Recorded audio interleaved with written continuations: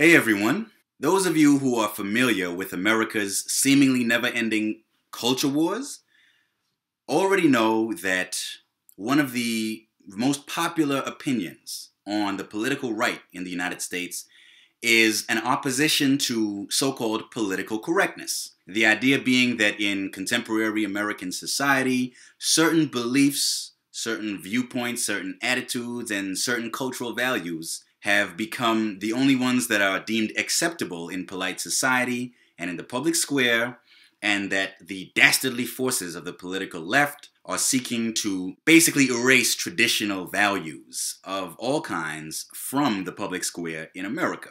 One thing that has occurred to me is that political correctness, if by political correctness you mean the idea that there are only certain acceptable viewpoints and cultural attitudes in society, political correctness is not a liberal or left-wing monopoly. The forces of conservatism have their own version of political correctness as well. I was given another exhibit to illustrate that point just over the past few days. Last Thursday, November 5th, 2015, an Arizona evangelical Christian by the name of Joshua Feuerstein posted a video on Facebook that has since gone viral. I understand it's gotten something like 11 million views. He has complained that Starbucks has issued a new set of holiday cups that take Christmas entirely out of the holidays. Now, I grew up hearing complaints about taking the Christ out of Christmas.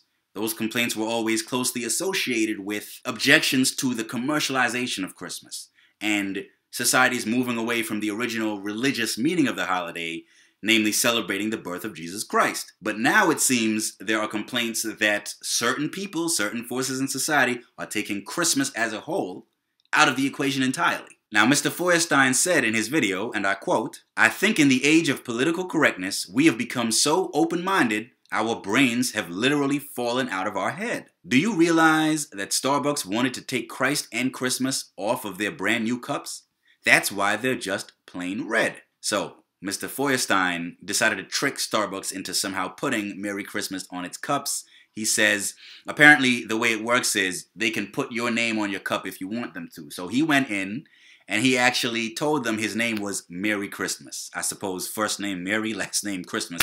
And so they put Merry Christmas on his cup. So he said in his video, "Guess what, Starbucks? I tricked you into putting Merry Christmas on your cup." He went on to challenge great Americans and Christians to do the same thing, making what he called coffee selfies with Christmas messages on their Starbucks cups once they bought them. So apparently his video has gotten 11 million views now. He emailed to the Washington Post to say, "It's not just about a cup. The cup is symbolic of a larger war against Christianity in this country. The policemen of political correctness have demanded that the silent majority bend its knee to a vocal minority. Starbucks and others know that Americans are drawing a line in the sand and refusing to remain silent any longer." It's pretty ironic that Mr. Feuerstein has decided to use this as an example of political correctness. I think that his protest is an example of political correctness from the other direction. He's talking about this secular agenda supposedly being forced down Americans' throats. But there's no evidence, and he hasn't even asserted, that Starbucks is being forced to do this by anyone. Apparently they're just choosing to do it in order to be more inclusive. It's not Starbucks' duty to support anyone's religious beliefs. And for someone like this Mr. Feuerstein to interpret Starbucks' decision to issue these plain red holiday cups as political correctness, I think that's pretty rich. I think it's downright hilarious because at the end of the day, he is the one who's demanding that Starbucks, and implicitly other large commercial concerns like Starbucks, cater to his religious views and to the religious views of millions of other Americans. But why should Starbucks or any other company have to cater to any religious group's particular beliefs? Why should they have to cater to Christmas any more than they cater to Hanukkah or Ramadan or any number of holidays that are celebrated by people of other religious backgrounds? I mean, yes, obviously, the largest religious group in American society remains Christians. But who says that might makes right? The might that comes from being a member of a demographic majority, or at least a plurality. Who says that whichever group in a country is most populous should be able to impose its own view of what's right and wrong and its own beliefs on the society at large, on everyone else in the society, simply because they happen to be in the minority?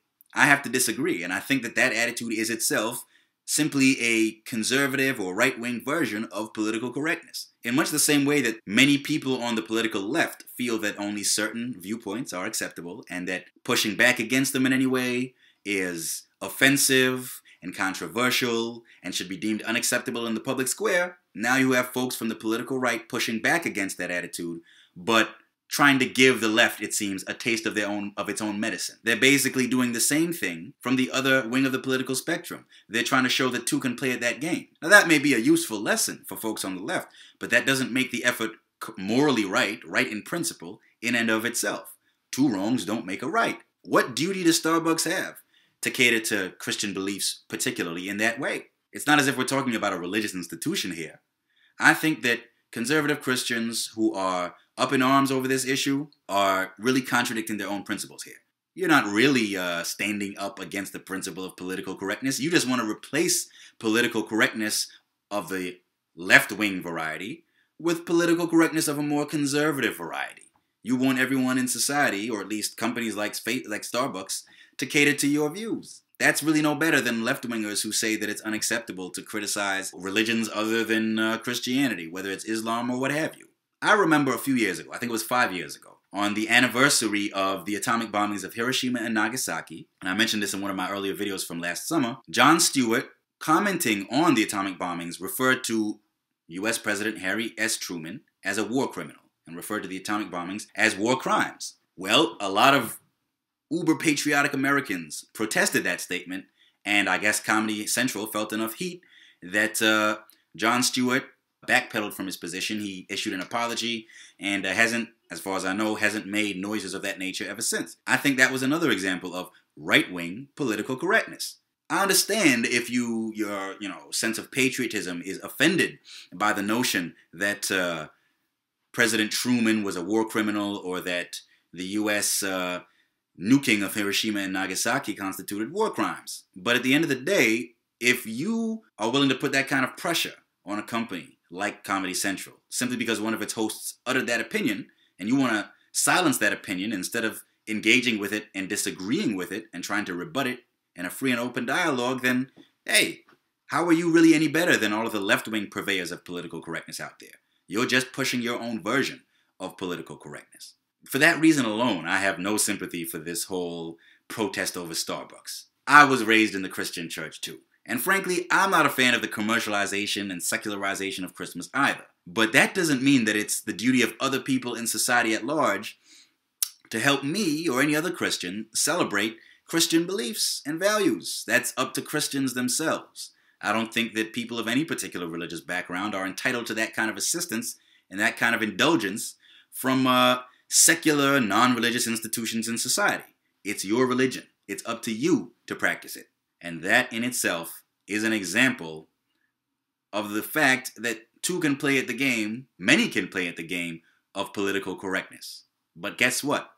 It's no more justified when conservatives do it than it is when liberals and leftists do it.